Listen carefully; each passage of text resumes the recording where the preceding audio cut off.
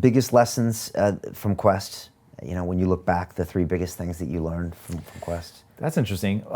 Number one, money certainly is not going to change how you feel about yourself. So that's very powerful. And they say a fool never learns, a smart man learns from his mistakes, and a wise man learns from the mistakes of others. I've been a fool many times, and it seems like I'm sort of trying not to figure things out.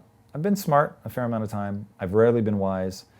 One thing I wish I could have been wise about is chasing money. So I chased money for almost 10 years, just all out every day. That's what I said. I'm here to get rich, to make good on the promise that I made to my wife and to her father-in-law, or to my father-in-law, and it was soul destroying. This was the software company you did with your Quest partners before the nutrition company came. Correct. And you even walked away from that at one point because you're like, I don't like this isn't making me happy. Yep. All right, so you luckily did all that hard work on yourself. So when the money did came, you were actually well positioned. And the crazy thing is, and I think a lot of people, especially today, they don't seem to understand how wealth is typically accumulated. So it's not like you're making, maybe some people do this, but you're not making $3 million a year, $5 million a year, and it just stacks up. You're building a company, and the company is accruing equity because the value is going up and you own shares in it, but you don't actually have money until you sell some of those shares. So that's what it was like for me. I was on paper, I was worth hundreds of millions of dollars, but I was still living sort of a normal middle-class life. Because you had no cash flow, you couldn't do anything in anyways. And, look, a few years into Quest, we were taking good salaries, so nobody should cry for me. Yeah. But it was sort of normal, upper middle class. It was not wealthy. I did not live in a mansion. It was just like a fucking house. And then we took a small investment. But when our valuation was over $1 billion, you can imagine, even at a small percentage, it's a huge amount of raw capital. Yeah. So I literally am holding my phone, hitting refresh on my banking app, because they said the money's been wired. And so I go from normal banking account to, in one refresh, crazy commas and zeros. And it was fun, don't get me wrong. But all of a sudden you go, that's interesting. I do not feel any differently. All of the insecurities I had are still there. And I already felt good about myself when I was by myself because I had to work so hard to get here and to face my inadequacies daily, to be humbled daily, to realize how dumb you can be daily. So in this whole process, I did not come to think a lot about Tom. I came to think a lot about the human animal and realizing, oh my God, we all have the ability to change. And if people really knew who I was before, because they have a hard time believing it when they see me now, but I'm like, go ask my mom, who was surprised that I succeeded. Ask my father-in-law, who did not want me to marry his daughter. Ask my best friend. All the people who knew me the most were like, we did not expect you to be successful. My mom recently told me that when I told her I was going to get rich, that her and my aunts and uncles used to laugh at me behind my back because they were like, bless this kid, he's just a dreamer, but he's never actually going to get rich.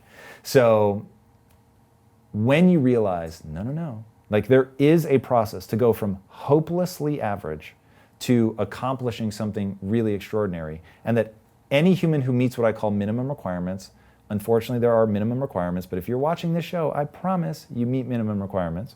So if you do that and then you put in the work, you can get the result. And I'll say that the result is fulfillment. You're not necessarily ever going to achieve wealth, but you can achieve deep fulfillment, do amazing shit, serve yourself, serve other people. You can do some really, really incredible stuff. Okay. For sure. That you can say you can get, but not necessarily be successful or monetarily successful. And I think that's far more open to people than they think. Going back to my original line of what I was talking about is, I don't want people focused on the money, because the money's not going to change how you feel. But if you focus on the fulfillment of technique, building up this rad skill set that's letting you serve yourself and other people, and then marry it to business savvy, your odds of becoming financially successful skyrocket. So that's where I hope people get their heads around that fulfillment really is the punchline. But if you want to express that in a way that generates wealth for yourself, it is very, very real. That is a very real possibility. Imagine if you hadn't have spent those 10 years pre-Quest grinding it out at the software company. Imagine if, Quest had been the first company, the first time you met those guys, and 18 months later you had a big valuation. Impact theory wouldn't exist, would it? Impact theory wouldn't Maybe exist. Not. And I probably wouldn't have gotten wealthy myself, because that would have been their company. Right. But we built awareness as very lopsided. By the time we left, I had a very small percentage of ownership, but we started Quest as 3 equal partners. Right. So that became just a whole different game. Okay. Other lessons from Quest when you kind of look back? Culture doesn't build itself, man. Culture does not build itself. That shit won't happen by accident.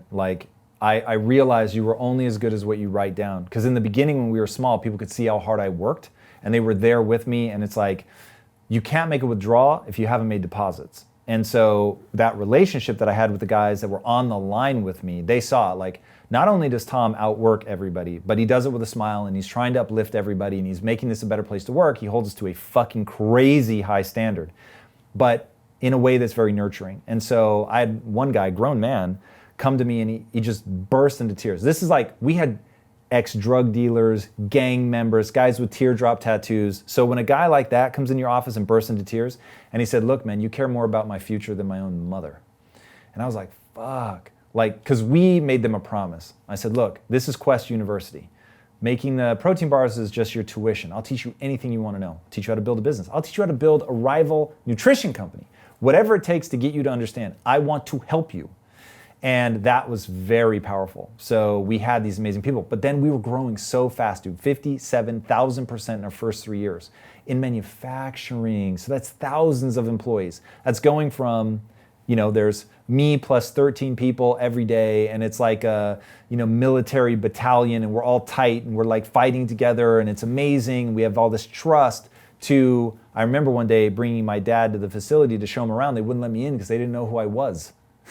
And I was like, whoa. That's scale. Dude, Wow. that's scale fast. Wow. And so I realized, okay, this is actually a problem. And people tried to warn me, you're growing too fast, you're gonna break your culture. And I just couldn't see it. I was too close to it. I'd never done it before. And so then realizing, okay, wait a second, you really are only as good as what you write down. And then reading Ray Dalio's book, Principles, and realizing you can make a demand that thousands of people are radically transparent with each other, and that if you have a criticism, you're obligated to say it.